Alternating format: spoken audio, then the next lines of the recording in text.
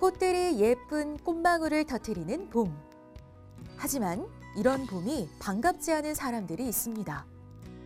설상가상, 최악의 황사와 미세먼지까지 더해지면서 눈질환으로 안과를 찾는 사람들이 증가하는데요.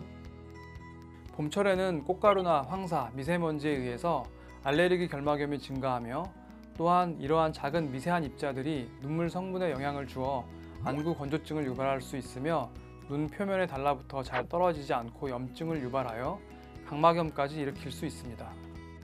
봄철 증가하는 알레르기성 결막염. 눈을 감싸고 있는 결막에 알레르기를 유발하는 물질로 인해 염증이 발생하는 질환인데요.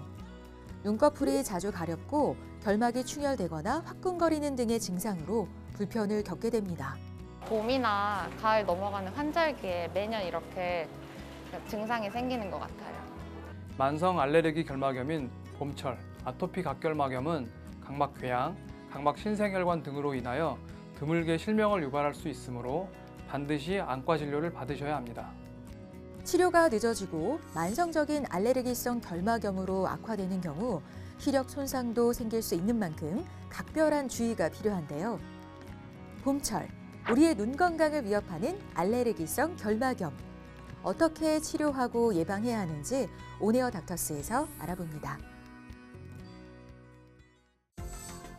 알레르기성 결막염의 모든 것. 안과 전문의 정재훈 원장과 함께합니다. 결막은 눈의 전반적인 표면을 덮고 있는 얇은 점막으로서 눈꺼풀의 안쪽부터 눈동자와 흰자의 경계 부분까지 연속되어 있습니다. 결막은 눈물의 점액층을 만들며 안구 표면을 보호하기 위해 면역 기능에 관여하고 또한 미생물들의 외부 물질에 대한 보호 기능을 하기도 합니다. 알레르기성 결막염은 특정 항원에 노출되었을 때 면역 반응을 일으켜서 각막, 결막에 염증을 일으키는 질환입니다. 결막은 눈꺼풀 안쪽부터 눈의 흰 부분을 덮고 있는 얇고 투명한 점막인데요. 이 결막은 눈을 뜨면 외부로 노출되는 부분으로 눈물의 점액층을 생성하고 눈을 보호하는 역할을 합니다. 결막염은 외부로부터 들어온 바이러스, 세균, 알레르겐, 미세먼지 등이 결막 조직을 자극해 감염과 염증을 일으켜 발생하는데요.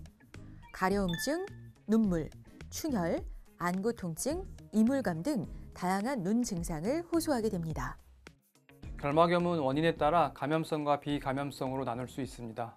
감염성 결막염은 세균, 바이러스, 곰팡이 등의 여러 병원균에 감염되어 발생하며 비감염성 결막염은 외부 물질에 대한 알레르기 반응으로 발생하는 알레르기성 결막염이 대표적입니다.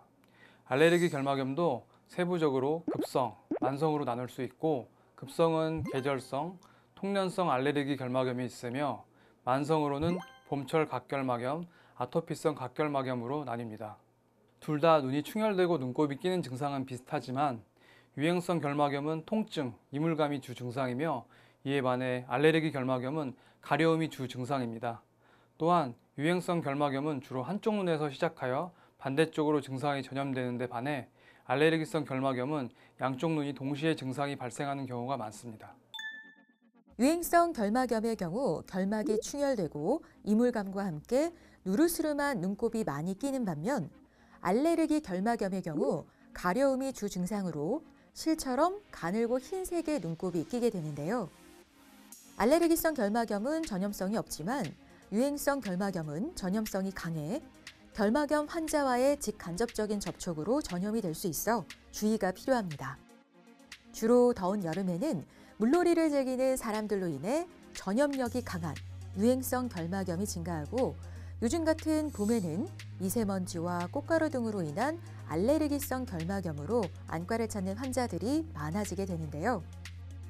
봄에 알레르기 결막염 환자가 증가하는 이유는 주로 꽃가루와 미세먼지, 황사 때문입니다. 봄에는 꽃가루가 대량으로 발생하고 이 꽃가루는 공기 중에 떠다니면서 눈의 흰자 위인 결막 부위에 접촉하여 알레르기 반응을 일으켜 염증을 유발할 수 있습니다. 건강보험 심사평가원 통계에 따르면 2021년 결막염으로 진료받은 환자 수는 391만여 명으로 국민 다빈도 질병 10위에 올랐는데요. 그중 알레르기성 결막염 환자는 182만여 명이며 4월에 가장 많은 환자 수를 보였습니다. 보통 감염성 질환은 후진국, 개발도상국에서 많이 발생하는 질환이고 알러지 질환은 주로 선진국형 질환입니다. 우리나라도 경제 수준이 올라가며 점차 선진국화되면서 알러지 환자들이 늘어나고 있습니다. 알레르기 결막염 중에서도 비염을 동반하는 경우는 어린 아이들이나 학생들이 많고 호흡기, 알러지 증상 없이 단독으로 발생하는 경우에는 중장년층이 많습니다. 알레르기 결막염의 심한 형태인 봄철 각결막염인 경우에는 어린이 때부터 사춘기 때 잘 생기고 남성에서 더 많이 발생하며 아토피성 각결막염은 성인 이후에 잘 생기며 성별에 따른 차이는 없습니다.